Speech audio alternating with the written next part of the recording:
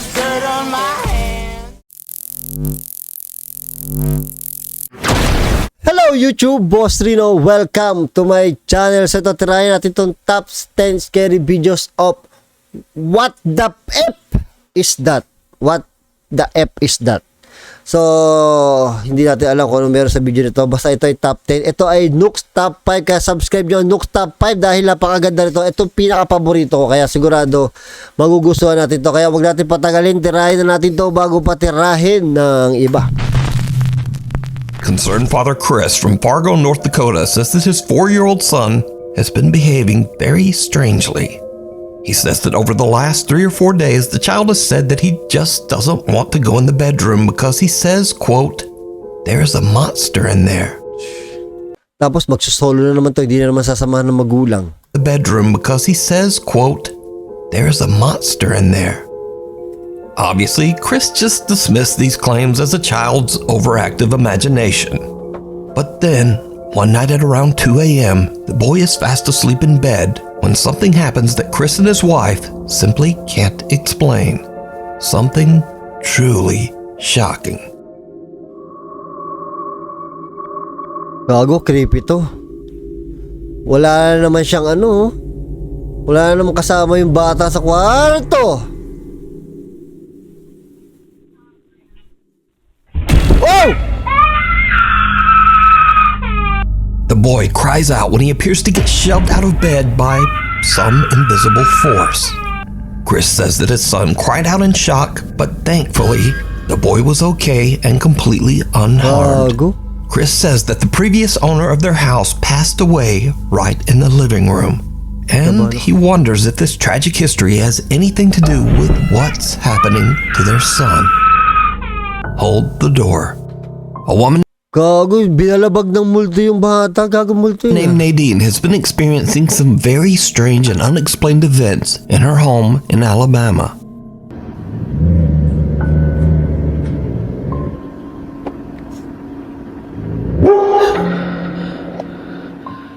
Ay, nako, kaya ayoko ng aso sa bahay. Kaya ayoko ng aso sa bahay. Now, many viewers believe that they can hear a voice whisper something after the dog barks that sounds like, "Lay over there."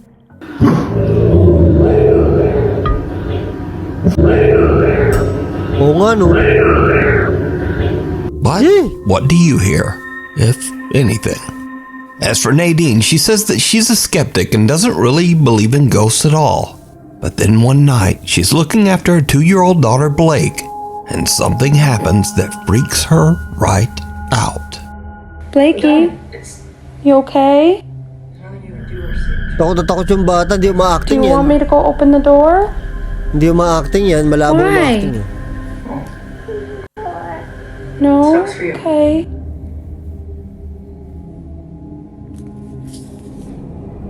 Okay, I'm honestly freaking the out and I don't know what to do. Just a couple minutes ago, I got up and I closed my door because she kept pointing to my room saying, "Mommy, mommy, someone's over there." Yay.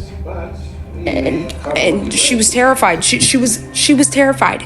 Of course, freaking me out. So I went over there and she just said, "No, mommy, come here, mommy, sit, mommy, don't go over there."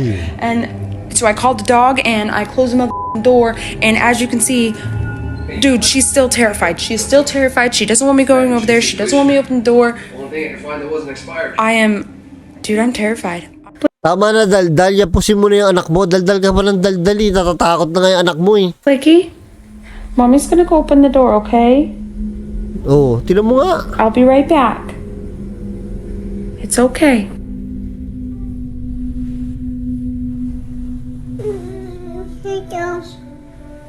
I'll be right back. Ay! And now she's hiding her face. Dude, what? Kawawa.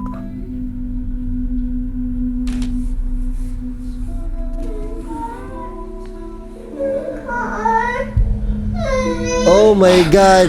Tama na video. Puntahan mo na yung anak mo. It's okay, baby.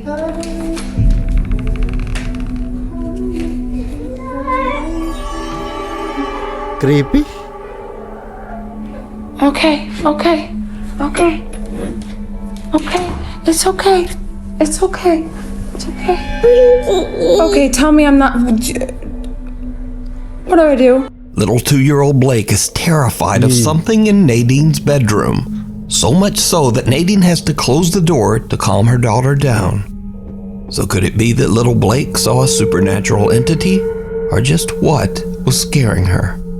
Let me know what you think. Kawawa yung mga bata talaga pag binumulta. Alone on the farm, Tasha D and her husband move into an 1840s farmhouse in rural upstate New York. The happy couple begins to renovate their new home, but soon Tasha begins to experience some very unsettling and unexplained events. These strange incidents only seem to occur when Tasha is home alone, so her husband is a bit skeptical. So one day, a picture frame in the house inexplicably falls to the floor. Tasha grabs her phone and starts to record in hopes of proving to her husband that something's just not quite right in the old farmhouse. See, and you think I'm crazy. The first time I'm here by myself, there's a picture on the floor, and it just... Wow. Madam! But things soon Uy! Gago! Ito ba? Parang ito yung pinaka-legit na pinto na napanood ko na sumara. Kasi kita transparent yung pinto. Kasi usually, pag may sumasarang pinto, hindi natin kita yung nasa loob. So, feeling natin, meron tao sa loob. Eto, kita natin, wala talagang tao sa loob. Tapos, imposible may tali din. Kasi gumanon muna bago bumalik. Bagang! But things soon start to get even weirder. Oh my because God. the family dogs begin to act really strange. Why are you running?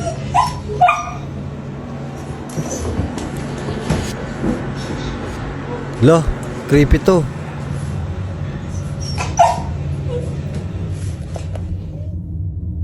Ba!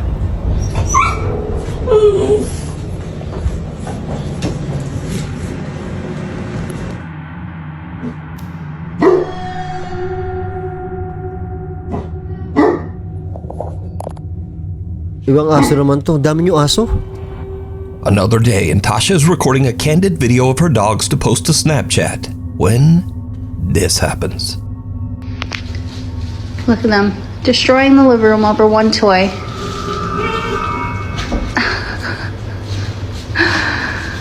Silly.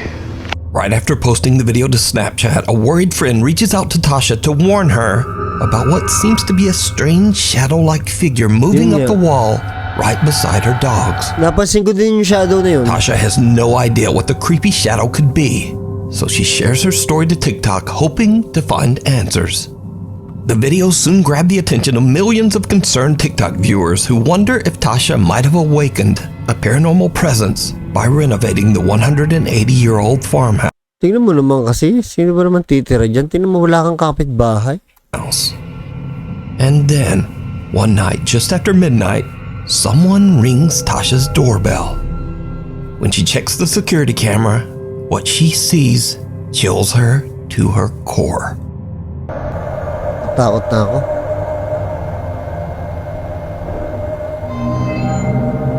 May shadow na naman.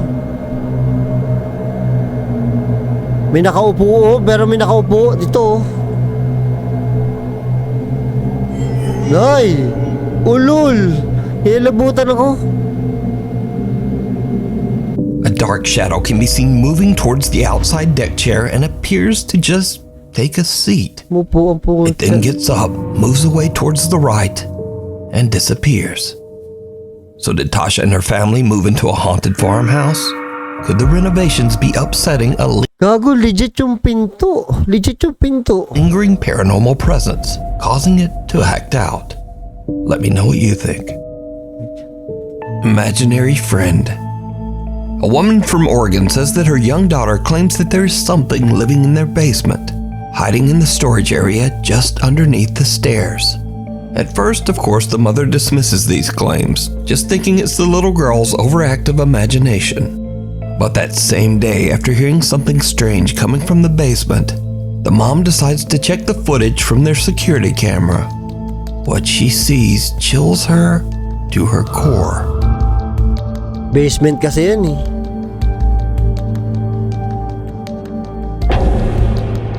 Uy, kamay. Ay, nag-high pa. Did you see it? A small pale hand can be seen reaching out from under the stairs before just disappearing. Even creepier, both the child and the family cat seem to spot this bizarre apparition. Nakita ko na to eh. Pero pag Nooks Top 5, natatakot pa ako lalo eh. Here, both the child and the family cat seem to spot this bizarre apparition. The little girl even seems to wave at something that we can't see. Oh my Now, God. unfortunately, this video was shared to the internet without a direct source, so we'll probably never know just what happened here. What walks in the woods? Reddit user No Recognition 1998 says that this video was caught on a trail cam 20 miles out into the Idaho woods in the middle of nowhere. Now, there is no reason that anyone would be this far out in these isolated woods at this time of night. So what is this? Oh my God. Oh, puta wamus. Someone or something walks past a forest trail cam at 4:37 in the morning Ulul. in the middle of the woods in the middle of nowhere. Ang payat na no, sobrang sa pasting yun. Curious Reddit viewers point out that this strange humanoid figure just looks kinda off. They say it's perhaps not even human at all, as it seems to have very pale skin, thin frail arms, Ay grabe, vlogger to. Vlogger yan. Kilala ko to eh. and a long neck. Now, is this a very lost and very strange person wandering around the remote woods of Idaho? Or is it weird. something else? I leave that for you to decide. Lurking in the darkness. Now, this next extremely popular video was suggested so much, probably close to 1,000 times, there was really no choice but to feature it here on Nuke's Top 5. So, Dustin Frazier says that he works the night shift at an allegedly haunted hotel in Gatlinburg, Tennessee. One night, Dustin is recording a Snapchat video to send to his friend when something happens that makes his blood run cold. I just got to work. Ay, nakita na natin to. I feel like all day today, I felt bad. Honestly, it's less like a little bit. I felt bad, and I don't know. I just I feel like I need to go to the doctor, but I'm constantly just nauseous, and I don't really know why. I have tried to take Tapos medicine biglang nawala, di for ba? it and stuff, but I don't know. It doesn't seem like it really does anything. But if you wanted to swing by, and say hey, you could. Oh, I can't see. I also hate that they always keep this room so fucking dark. Come on now.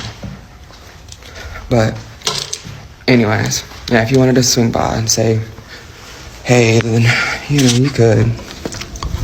But yeah, I'm just chilling. Throughout the video, strange voices and whispering can be heard. I felt bad. Honestly, it's less a little bit. I tried to take does anything. And I also hate that they always keep this room so fucking dark. Come on now. Lagi may nagsasalita sa audio niya. But creepiest of all, something can be seen standing in the shadows just behind Dustin, not once, but twice. Oh! Some dark figure with a distorted skeletal face. Now, at the time I'm recording this story, this video has gained a massive audience of over 19 million viewers, Grabe, 21 million sa TikTok oh. making it the most popular and most suggested video. But is it real? Or is it all just an elaborate hoax? Creepy to. You decide. We need scary videos. top5@gmail.com. Caught on camera.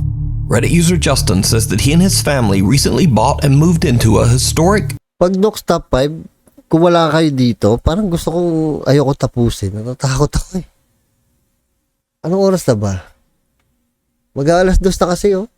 Yeah. 1800s terrace house in London, England. But during renovations, Justin says his doorbell security camera caught something really creepy.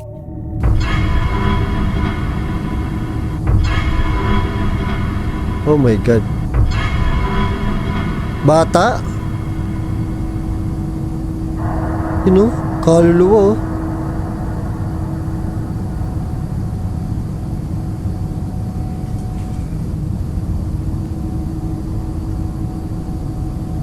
Wala, pag-alagala lang ah. Around 10 p.m. at night, someone or something can be seen quickly taking a peek at Justin's front door. Ulo yan eh. And whoever or whatever it is appears to walk past the car in the driveway before disappearing off camera.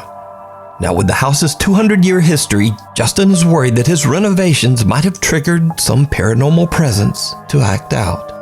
But worried Reddit viewers warn Justin that he might be dealing with something even scarier. A trespassing stranger that is scoping out his house for unknown reasons. Pero parang maliit lang. So is this a ghost? Or is this a very real and potentially dangerous person? You decide. Frozen in fear. In this creepy video, a woman begins recording when her dog refuses to come back inside their house. The dog seems frozen in place and refuses to even look back at his owner as she calls to him. Nigel, what are you doing? Nigel. Nangyari dyan, creepy.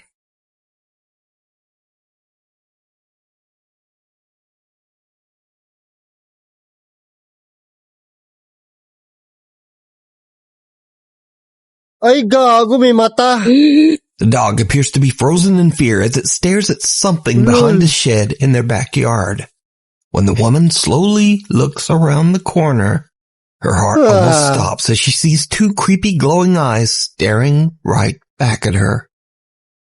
Now the video abruptly ends here and was reposted to the internet by social media outlets that just don't bother to credit the source. So with no explanation, it's hard to say exactly what's going on here. But the dog's freaked out reaction is strange. So just what do you think this dog is seeing looking back from the darkness? Malamang ang nakita niya mas malaki sa kanya, kaya takot siya. Cursed. A young woman in Japan claims that her grandmother kept Patay tayo dyan, Japan. the cursed photo album locked in one of her cupboards. The woman believes that her grandmother might have dabbled in dark magic, and that the cursed photo album and her grandmother's strange rituals might have led to her grandfather's strange, unexplained death 12 years earlier. Her grandfather allegedly took his own life inside the home, but the circumstances were very suspicious. The young woman says that for her part, she once viewed the cursed album herself, but that she became seriously ill immediately afterwards.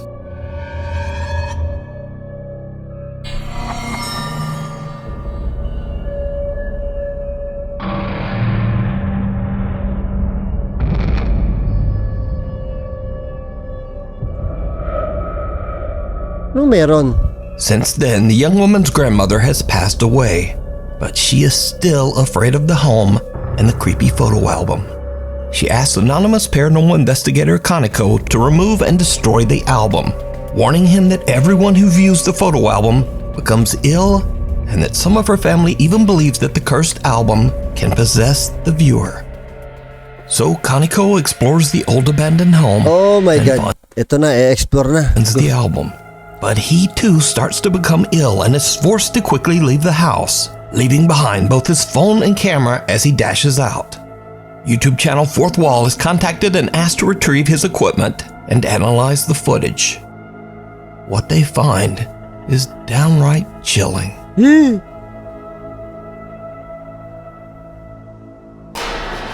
Oh my God.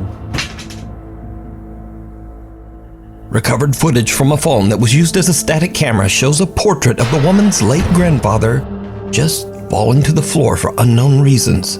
Pinakabahan ako, But tangina. that's not all. Because Kaneko has actually recorded the moment he found and looked through the cursed photo album on camera.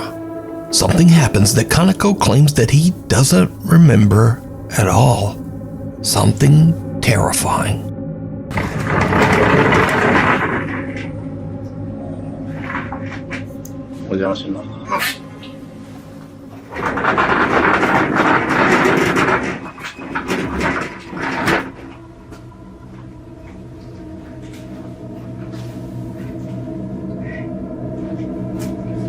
Gagi, nakakaba.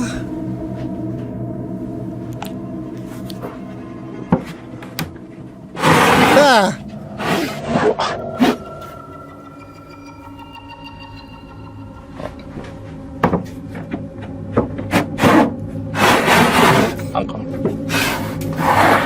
Ay! Ulol ka!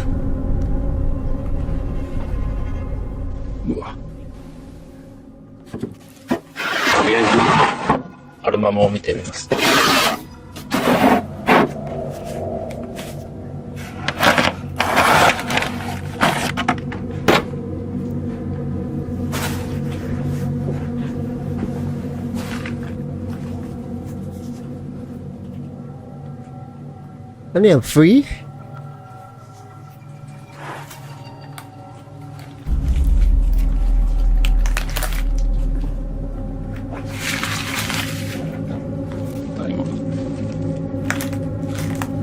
Ito na.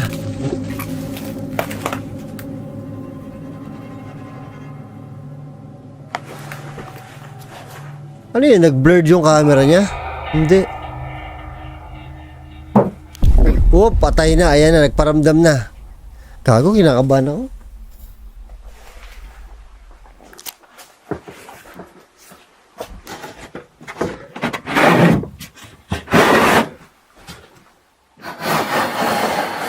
Ah! Ah! Ah! Patay. Ano nangyari?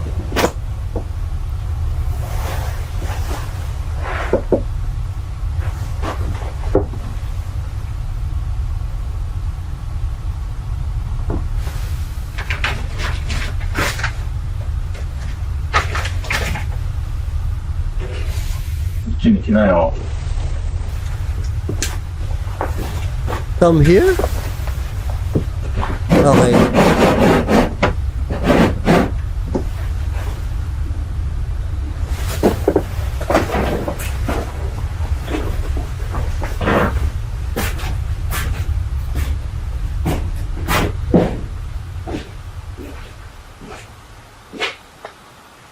Did you see it? Hindi. Kaneko hears a strange sound coming from somewhere inside the house. But when he turns to look, someone can be seen kneeling behind the glass of a sliding door. Oh my God. But Kaneko says there was no one else inside that house with him. After Ay, analyzing the footage, nakaupo. YouTube channel Fourth Wall believes that the woman's grandmother might have been responsible for her grandfather's death, and that his spirit is unable to move on. Inagilabutan ako. Watch her in the Ang inatundok sa top 5 na to. Puro ang itlog ko dito eh. woods. YouTuber Creepy Outdoors frequently sets out to explore and spend the night deep in the wilderness of Canada. On one of these trips, he sets up camp just like any other night and scouts through the woods with a flashlight and a GoPro camera. But this time, something very unexpected happens and things take a creepy turn. Naku po.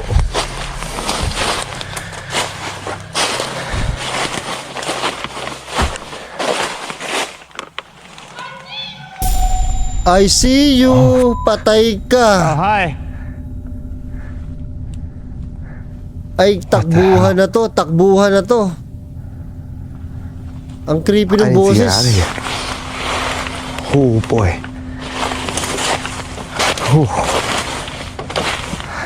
Gago, pag nakarinig ako ng ganun, ayawan na that to. was f***ing creepy. I need to get out of here.